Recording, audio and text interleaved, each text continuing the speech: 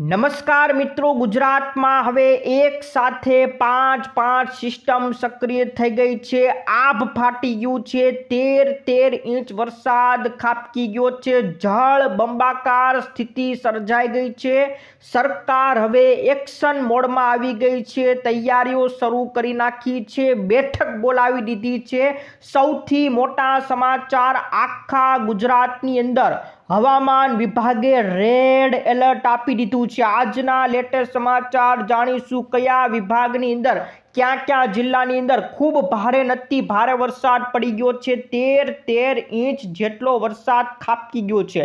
ક્યાં કેટલો વરસાદ પડ્યો છે લેટેસ્ટ આગાહી જાણીશું. સાથે પુનર્વસુ નક્ષત્ર રેડ એલર્ટ આખા ગુજરાતને જે મળ્યું છે એના વિશેની માહિતી, અને સાથે મિત્રો પુનર્વસુ નક્ષત્રમાં વાવણી લાયક વરસાદ થવાની આગાહી એના વિશેની આજની લેટેસ્ટ આગાહી જાણીશું. એક સાથે 5 સિસ્ટમ ગુજરાતમાં સક્રિય થઈ છે.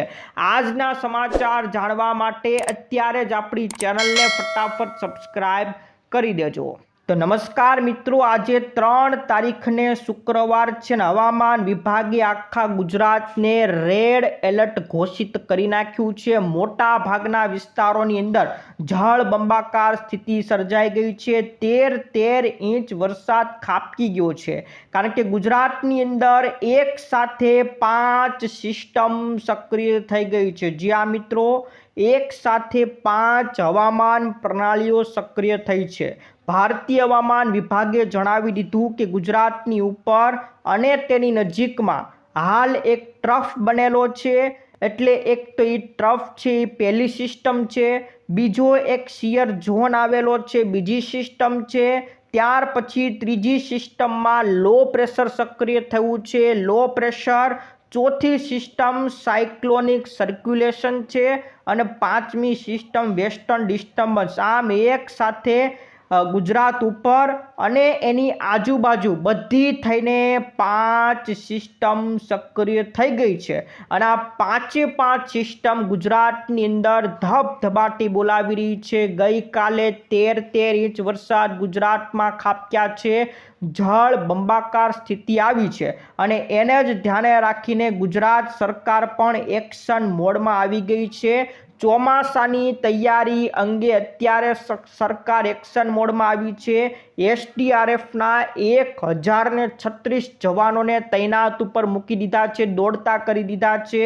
બેઠકમાં જે વાયરલેસ કમ્યુનિકેશન નેટવર્ક છે એને સંપૂર્ણ સજ્જ રાખવા માટેની તૈયારીઓ કીધી છે. જનરેટરને સુનિશ્ચિત કરવા માટે તમામ જનરેટરો વ્યવસ્થિત છે, સુનિશ્ચિત થાય, અને ડીઝલ અને પેટ્રોલનો પૂરતો જથ્થો પણ ઉપલબ્ધ રહે, આ બધી તૈયારીઓની સૂચના આપી દેવામાં આવી છે. લગભગ 1036 એસડીઆરએફના જે જવાનો છે એને તૈનાત ઉપર મૂકી દેવામાં આવ્યા છે. હાલ મિત્રો દરિયાકાંઠામાં પણ એલર્ટના સિગ્નલ મૂકી દેવામાં આવ્યા છે. તો મિત્રો હવે આગામી 7 તારીખ સુધી ભારેથી અતિ ભારે વરસાદની આગાહી હવામાન વિભાગે કરી છે. એના મેપ પણ જાહેર કર્યા છે, એ પણ હું તમને બતાવું છું. એની પહેલાં આપણે ગઈકાલનું આખું દ્રશ્ય, ગુજરાતની અંદર જે દ્રશ્ય આવ્યું છે એ તમારે જાણવું પડશે. 13 ઇંચ જેટલો વરસાદ ગુજરાતમાં ખાબક્યો છે. છેલ્લા 24 કલાક એટલે કે 2 તારીખે ક્યાં વરસાદ પડી ગયો છે. 172 તાલુકાની અંદર વરસાદ ખાબક્યો છે. સૌરાષ્ટ્ર અને ગીર સોમનાથ જિલ્લામાં મેઘરાજાએ ધમાકેદાર ઇનિંગ રમી નાખી છે. જ્યાં મિત્રો સૌરાષ્ટ્રનું જે ગીર સોમનાથ છે એમાં સૌથી વધુ વરસાદ પડ્યો છે.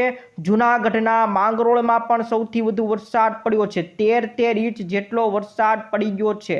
ગીર સોમનાથના સૂત્રાપાડાની અંદર આભ ફાટ્યું હોય એવો ભારે 13 ઇંચ જેટલો વરસાદ પડી ગયો છે. મિત્રો આજે સવારની આપણે અપડેટ, આજે છે 3 તારીખ અને શુક્રવાર.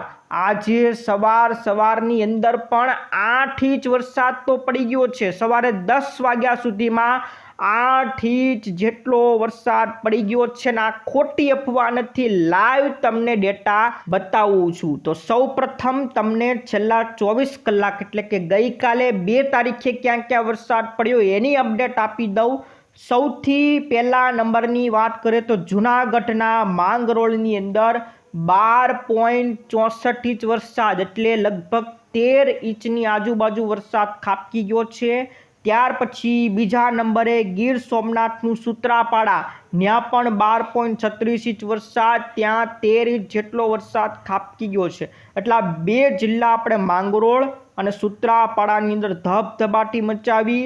જૂનાગઢના કેશોદમાં પણ 10.94 એટલે 11 ઇંચ વરસાદ ખાબક્યો છે।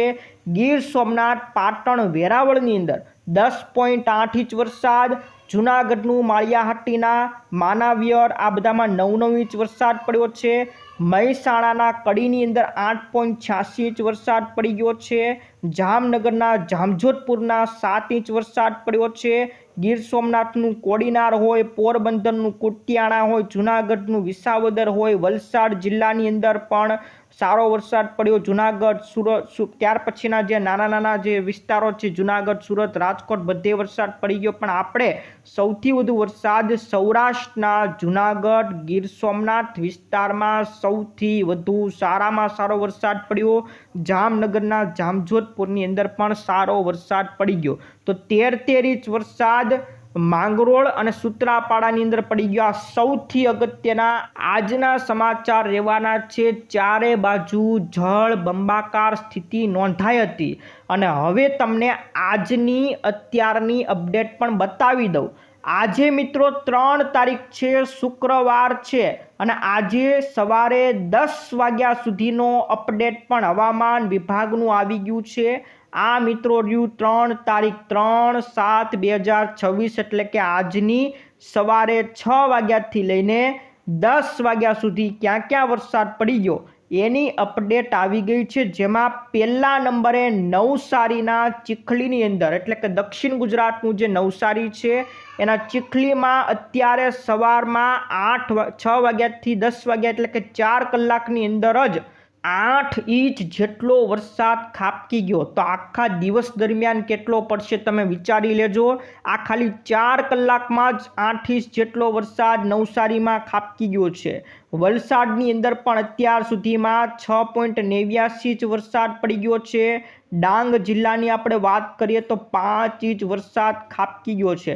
એટલે આ જે વિસ્તાર છે દક્ષિણ ગુજરાતનો વિસ્તાર છે, એટલે આજે લગભગ દક્ષિણ ગુજરાતનો વારો પડવાનો છે। એટલે કાલે તમે પહેલા નંબરના જિલ્લા જોશો તો કદાચ દક્ષિણ ગુજરાતનો જિલ્લો તમને આ જોવા મળશે, કારણ કે સવારમાં જ આ દક્ષિણ ગુજરાતની અંદર 8 ઇંચ વરસાદ પડી ગયા છે। નવસારી હોય, વલસાડ હોય, ડાંગ હોય, તાપી હોય, સુરત હોય, આ બધે અત્યારે સવારમાં ધબધબાટી બોલાવી દીધી છે। આ સૌથી મોટા આજના અત્યાર સુધીના લેટેસ્ટ અપડેટ છે। ભારતનું જે હવામાન વિભાગ છે એ ભારતીય હવામાન વિભાગે આપણા ગુજરાતની અંદર રેડ એલર્ટ આપી દીધું છે। આખું ગુજરાત મિત્રો તમે જોઈ શકો છો, આખા ગુજરાતમાં રેડ કલર જોવા મળ્યો છે। આ 3 તારીખનો મિત્રો આજનો મેપ જોઈ શકો છો। 3/7/2026 અને આજની તારીખમાં આપણા ગુજરાતની અંદર રેડ એલર્ટ આપી દેવામાં આવ્યું છે। સૌથી મોટી આગાહી આખા ગુજરાતમાં રેડ એલર્ટ આપવામાં આવ્યું છે। ગુજરાતનું હવામાન વિભાગ એણે ક્યાં વિસ્તારની અંદર રેડ અને ઓરેન્જ એલર્ટ આજની તારીખમાં આપ્યું છે એ અપડેટ પણ તમામ મિત્રોને બતાવી દઉં। આજે 3 તારીખની જે અપડેટ છે એ મુજબ હવામાન વિભાગનું આ આખો રિપોર્ટ છે।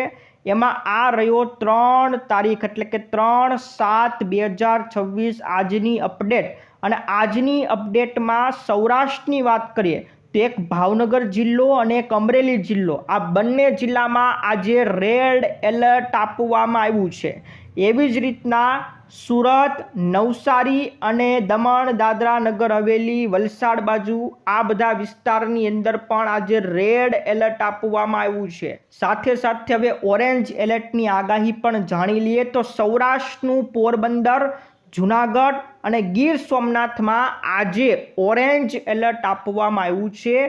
ગઈકાલે ગીર સોમનાથ અને જૂનાગઢમાં સૌથી વધુ વરસાદ 13 ઇંચ વરસાદ પડી ગયો અને આજે એ વિસ્તારમાં ઓરેન્જ એલર્ટ આપવામાં આવ્યું છે।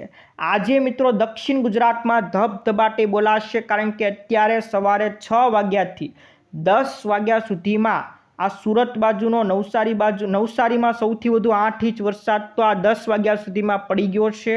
તો આજે આ બધા વિસ્તારને ધમરોળશે. એમાં ભરૂચ, નર્મદા, તાપી અને ડાંગ એમાં ઓરેન્જ એલર્ટ આપવામાં આવ્યું છે. સાથે સાથે મિત્રો દેવભૂમિ દ્વારકા, રાજકોટ, બોટાદ એને યલો એલર્ટ આપ્યું છે.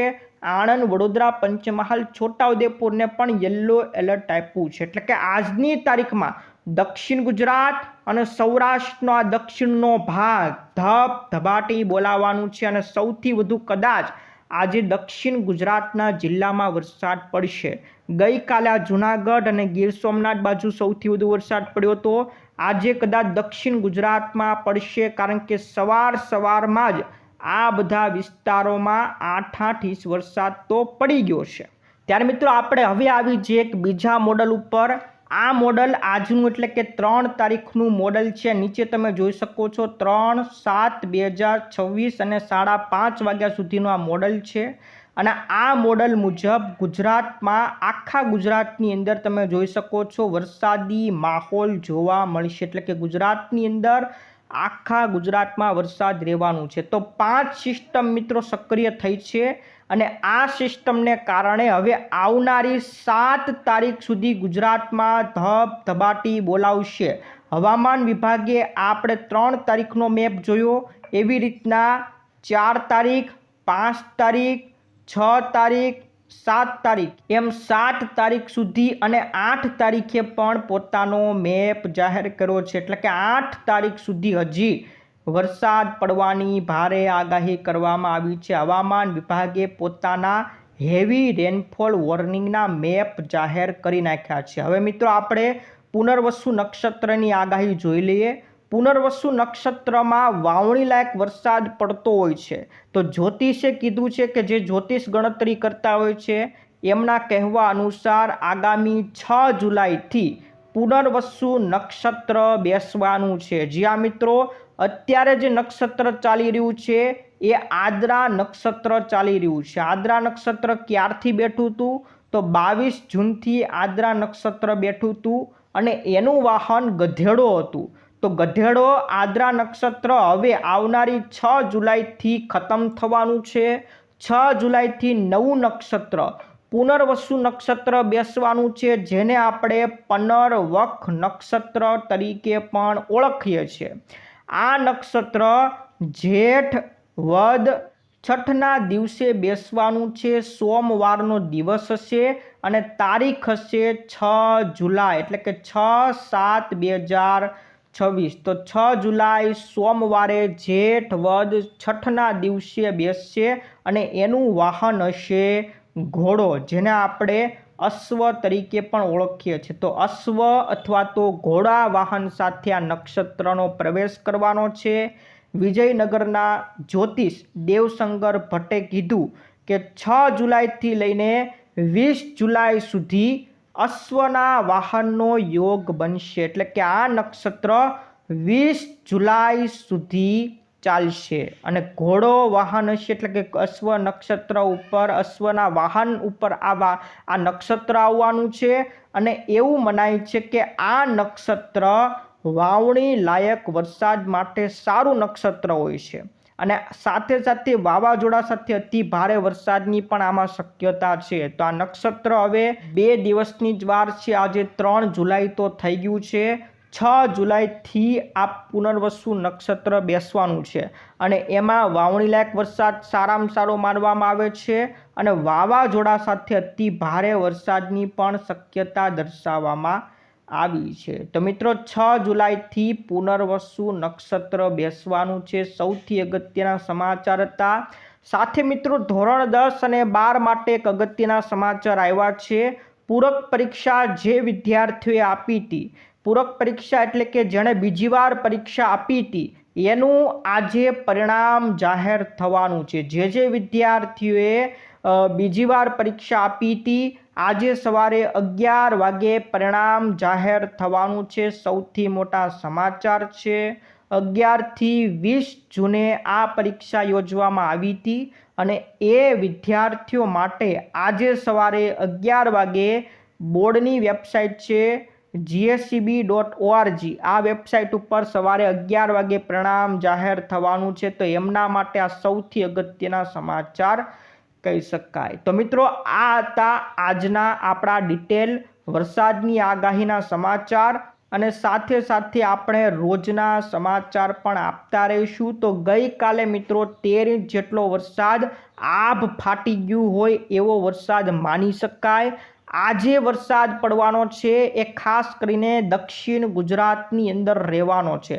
તો કેટલો વરસાદ પડશે આવતીકાલના વિડીયોમાં બતાવી દઈશું, કારણ કે સવારમાં તો 8 ઇંચ જેટલો વરસાદ પડી પણ ગયો છે। ખાલી 4 કલાકમાં 8 ઇંચ વરસાદ પડી ગયો છે। અંબાલાલ પટેલે કીધું છે કે પૂર આવી જશે એવો વરસાદ પડશે, ને એ મુજબનો ગઈકાલે 13 ઇંચ જેટલો વરસાદ પડી પણ ગયો છે, અને હજી પણ આ 7 તારીખ સુધીમાં અંબાલાલ પટેલે પૂર આવી જાય એવી આગાહી કરી છે। તો સૌથી અગત્યના મિત્રો આ સમાચાર હતા।